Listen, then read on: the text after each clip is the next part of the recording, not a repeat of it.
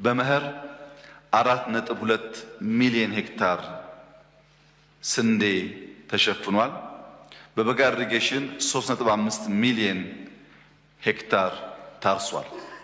በድምሩ በዚህ ዓመት ኢትዮጵያ ከ7.7 ሚሊዮን ሄክታር ያላነሰ በስንዴ ሰብል የሸፈነች ሲሆን ከዚህም ከ300 ሚሊዮን ኩንታል ያላነሰ ምርት ይጠበቃል። ይሄን ሴክተሩን ለሚያውቁ ሰዎች ስንዴ ከውጭ ማስገባት የለባትም ኢትዮጵያ ማምረት አለባት ብለው ለወሰኑ ሰዎች እንደ ተአምር ሊወሰድ ይችላል። ዛሬ ኢትዮጵያ በአፍሪካ ከፍተኛው ስንዴ አምራች ሀገር አድርጓታል። በስንዴ ብቻ ሳይሆን በቡና፣ በሻይ፣ በቅባት እህሎች ያየን እንደሆነ ባለፉት ጥቂት ዓመታት የመጣው ምርታ ይበል ይበርታ ይቀጥል የሚያስብል ነው። ለምሳሌ ቡና በለውጡ ማግስት 700 ሚሊዮን ገደማ ዶላር በአመት ኤክስፖርት እናደርግ ነበር።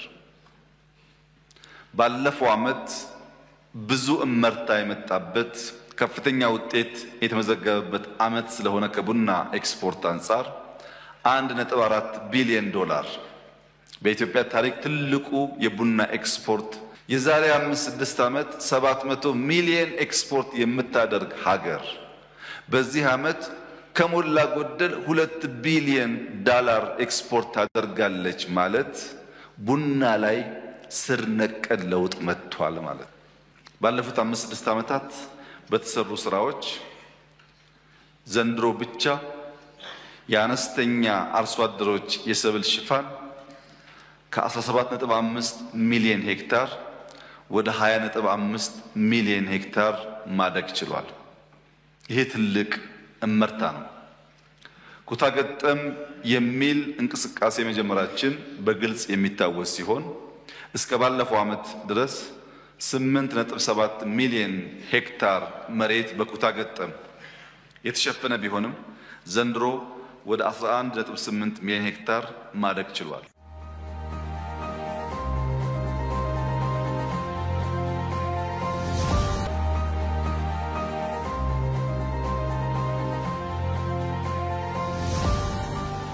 በሀገር ደረጃ ሊታረሱ የሚችሉ ጎርጆች የተደበቁ ቦታዎች እንዳሉና እነዚያን ቦታዎች በተቻለ መጠን ውሃ አድርሰን ብናርስ በአመት 2-3 ማምረት የሚያስችል አቅም እንደምንፈጥር ያላየናቸው የተወናቸውን ቦታዎች ማስታወስ መሬት ጦም ማደር የለበትም ብለን አስበን የጀመርነው ስራ እያስገኘ ያለው ፍሬ በጣም ተስፋ ሰጪ ስለሆነ ራሱ አርሶ ራሱ መግቦ ከተረጂነት ነፃ ለመውጣት የሚደረገው ጥረት ትክክለኛ ነፃ የመሆን ነፃነትን የማወጅ ጉዞ ሂደት አካል አድርጌ ስለምወስደው ሁሉም የኢትዮጵያ ማህበረሰብ በቂ ቦታ አለን፣ በቂ ውሃ አለን፣ መትጋት መስራት ማየት ከቻል ኢትዮጵያ ራሷን መገብ ትችላለች።